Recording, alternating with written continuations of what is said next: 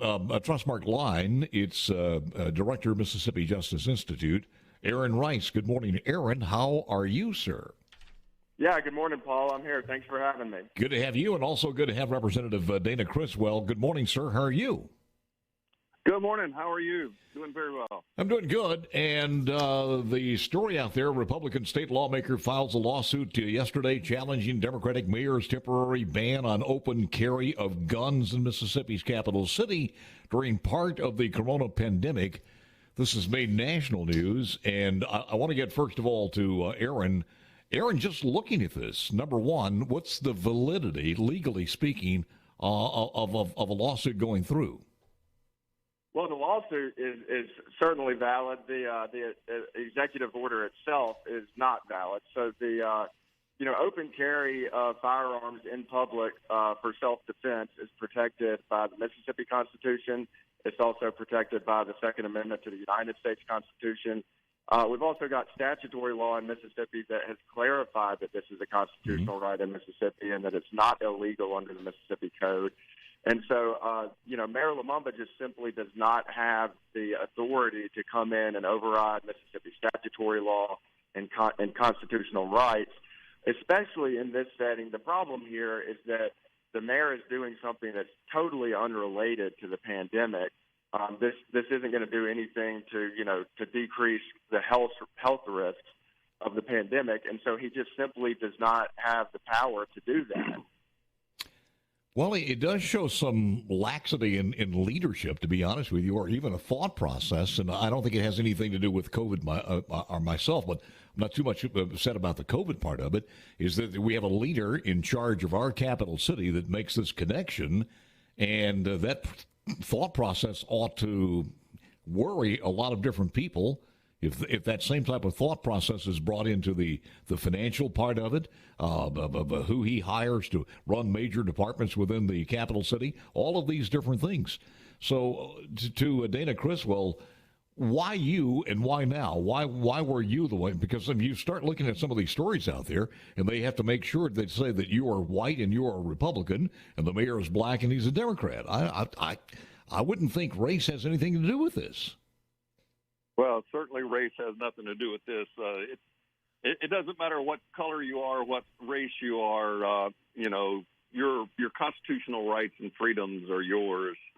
And why now? It seemed to me, we've watched this over the last month and a half, 2 months, and the people of Mississippi have been extremely willing to give up a lot of their conveniences, a lot of how we live our everyday life in order to battle this pandemic.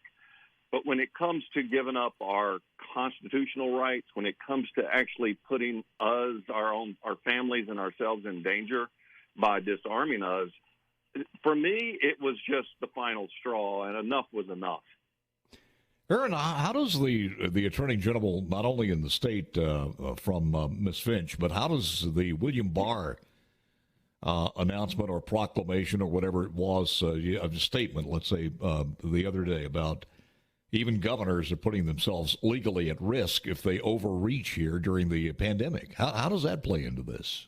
Yeah, well, you're right. Attorney General William Barr has told federal prosecutors, to be on the lookout for overreaching, executive orders during this pandemic that, invade and trample on fundamental constitutional rights.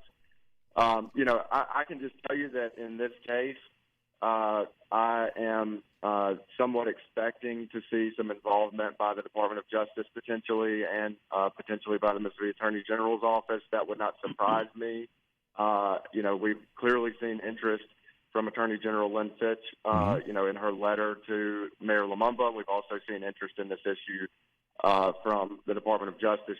Attorney General William Barr intervened into, one of the cases involving the Greenville drive-in church situation. And, Mississippi Justice Institute also litigated one of those cases in Greenville. So there seems to be a lot of interest from the Department of Justice and the Mississippi Attorney General's in this office in these issues, and we're expecting potentially some involvement from them in this case. Dana, when you were reading this, were you clear as far as the clarifications on what they could do, what the consequences were, where you could confiscate the gun, or you would be left with a felony, or what the consequences were on this? Well, no, really not. When I first saw his YouTube video, I believe it was Saturday morning or Saturday sometime. I was confused. Because to me, I'm thinking in my head, I know the state constitution, I know the laws that the legislature have passed, and it just, I'm confused and surprised at, well, wait a minute, how can this happen? This can't be true because I know the way the laws are written and I know our Constitution. So it was, I can't imagine how Matter of fact, I put off a trip to Jackson because I just wasn't sure what I could do. Mm-hmm. Well, I also, for full disclaimer, you would probably know this better than the average person being a licensed firearm dealer. Am I right? Yes, I am a firearms dealer. I have dealt with, firearms law for some time now. Mm-hmm. So if it has anything to do with this, I'm sure you're staying up on the very latest. But, Aaron, I got to ask you, he's got legal representations within the city of Jackson. He's got people advising him. They could not have possibly advised him that this is a good idea. Yeah, Paul, that those are privileged discussions that happen, and we'll never know what those conversations looked like. I can tell you, if I was the city attorney for the city of Jackson, I would have had, deep concerns about an executive order like this. I certainly would have advised the mayor that he did not have the constitutional or statutory authority to do this. So, I don't know what those conversations look like, but you're right. He has counsel. And for this lawsuit, the Jackson City Council actually hired new outside counsel to represent the city and the mayor, in this case. And they also, I don't know if you saw this yesterday, the Jackson City Council voted unanimously to pass a resolution which objected to Mayor Lumumba's executive order and basically says that they disagree with it. Now, that doesn't have any legal effect here, but clearly the council objects to this. Well, it's only 6 days, which means it's more of a symbol than anything else, because in 6 days, I'm sure the people who are out there as far as misusing the weapons are not going to put them down for 6 days and say, oh, we can pick it back up. It's just senseless. I think another thing that makes me angry and a lot of people in this audience, and certainly those living within the confines of the city limits of Jackson, we do know, he said he's done this due to the senseless gun violence. There is senseless gun violence when you have kids who are killed going into their bedroom to go to sleep, primarily in the African-American community. And if this is the only solution you have to solve that and to protect the people who voted you into office, you ought to be mad as hell. Yeah, and I agree with you, Paul. Mayor Lumumba, I've watched his press conferences and everything he has said about this. And, he does seem deeply concerned about the gun violence going on in Jackson, as he should be. Like you said, these instances, some of them are just horrific. All of them are horrific.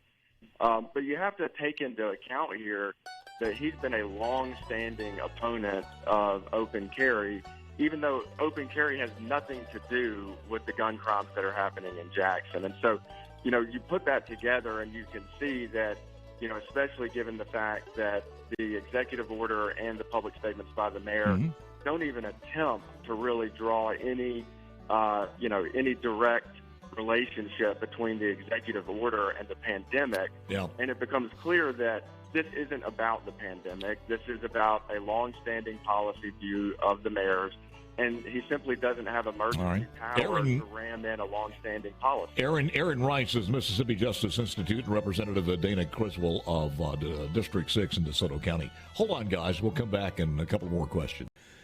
The other thing, and I want to talk to Aaron about this yesterday, and I haven't seen a lot of this happening.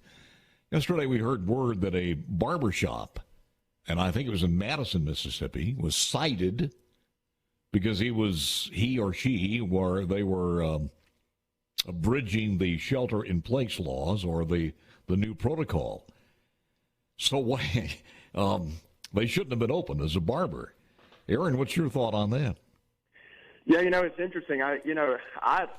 I completely sympathize with the owner of any small business that's shut down right now, and particularly a barber or a salon. As you know, Paul, I represent clients who own, businesses in the cosmetology space, and they're having a very tough time right now. And I can tell you, I've gotten calls from business owners directly just asking me, saying, look, I don't know if I can keep putting food on the table. What should I do here? And should I break the law and open my business? So, it is a tough situation right now for these business owners. And, I can't say what they should or should not, how they should deal with that. Legally speaking, it's also a tough situation. I mean, the government does. We talked earlier about how Mayor Lumumba does not have the authority to just issue any kind of law that he wants to that has nothing to do with the pandemic. But government officials do have a lot more power right now in the pandemic than they otherwise would, as far as the courts interpret this. And when they're passing things that really are directly related to the public health, they can do things that they otherwise would never have been able to do. And so legally speaking, we're kind of in some new territory here. I mean, we haven't been in a pandemic like this in a century, as you know. So we're relying on very old case law here. But it's a tough position to be in, that's for sure. Well, I agree with that one. When you look at some of the laws that we're talking about in several other states, and I know to Representative Dana Criswell, and again, he's on the air with me from DeSoto County, District 6, as a licensed firearm dealer, there were people talking about, some other governors talking about, you guys weren't essential and you should close down also. It's another good reason to live in the state of Mississippi, isn't it? Oh, absolutely. I've looked at this, and I've said that when a government grows big enough to start deeming some businesses essential and some not, that government has gotten too big. I just think it's been a dangerous road that we've been down when they start deciding that one business is essential and one's not. I understand that. And then the other side of the coin, and I think, Aaron, you kind of touched on this a little bit, it's very difficult. You go back and take the example we just talked about as far as cosmetology or barbers. That's hands-on.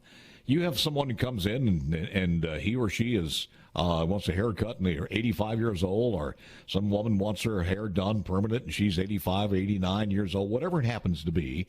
She's elderly and she has maybe some underlying conditions that are not that visible, but you have a one-on-one situation there. And then if much younger person doing the hair is asymptomatic, never knows it, you got a serious situation. So what's the juxtaposition between those two concerns? You're exactly right, Paul, and I think I'll put it this way. I do not envy our state leaders right now. I do not envy Governor Tate Reeves right now having to make those decisions because, I've heard your co-host or a SuperTalk co-host, Gerard Gibbert, say repeatedly that this is a Sophie's choice, and I completely agree with him. No matter what you do, there's really negative effects or potentially negative effects to it. I mean, by closing down businesses, you're obviously taking away people's livelihoods, doing probably irreparable damage to the economy. At the same time, like you said, in some of these settings where socially distancing is not possible, and given some of the uncertainty of the virus, I mean, you could be contributing to the spread of the virus. So, there's really no way to know exactly how to balance these competing needs, and I certainly wouldn't want to be the one having to do it. I agree with you, and if you had to make those choices, you're making them from a lot of unknown equations out there. There, and I hate to sound like somebody who came before us named Rumsfeld, but the unknowns are unknown. And he put it a lot better, but the things that we don't know what we don't know. So It goes on and on. Final thoughts here from Representative Dana Criswell as far as resuming on May 18th? You're coming back to town, and the speaker was on with me yesterday. I think he said probably going to be there for a month. Yeah, May 18th. I know we have 40 days left in the session, so I'm sure the speaker and lieutenant governor will do the best they can to condense that as much as possible. I believe it's going to be a very different session than the first half. The first half, we had lots of money. Legislators were almost giddy over the money that they had to spend. Now then, it's changed dramatically. I think we're going to see some bills that may have already passed come back and some changes because we just don't have the money that we had before. Well, if anybody's drawing a cartoon out there, I think it would be appropriate to say that we've figured it out now after a long time as far as politicians spending our money, and they're all going to be wearing masks. So. I agree. That's the most dangerous thing you can have is a politician spending your money. And now wearing a mask. I was just giving some fodder for people drawing political cartoons. Final thoughts, Aaron, from the Mississippi Justice Institute. Yeah, well, I'd just like to remind your listeners, Paul, that, look, when the government tries to take your constitutional rights away, the Mississippi Justice Institute will always be in your corner. We'll always be there to fight back for you. We represent clients like Representative Criswell for free. And, of course, we're a nonprofit public interest law firm. That's how we do that. So if you want to donate and support our work, you can go to msjustice.org. Did you say that you were involved in the Greenville Church deal? We were. We represented King James Bible Baptist Church. Yeah, so what's the latest on that? Anything? Yeah, so the mayor of Greenville backed down, issued a new order that allowed drive-in church services, and so that case we essentially won that case by forcing the mayor to back down. Mm-hmm. All right, man. Look, thank you guys. I appreciate your time, and thanks for joining us. Good talking to you, Paul. Thank you, Paul. You got it.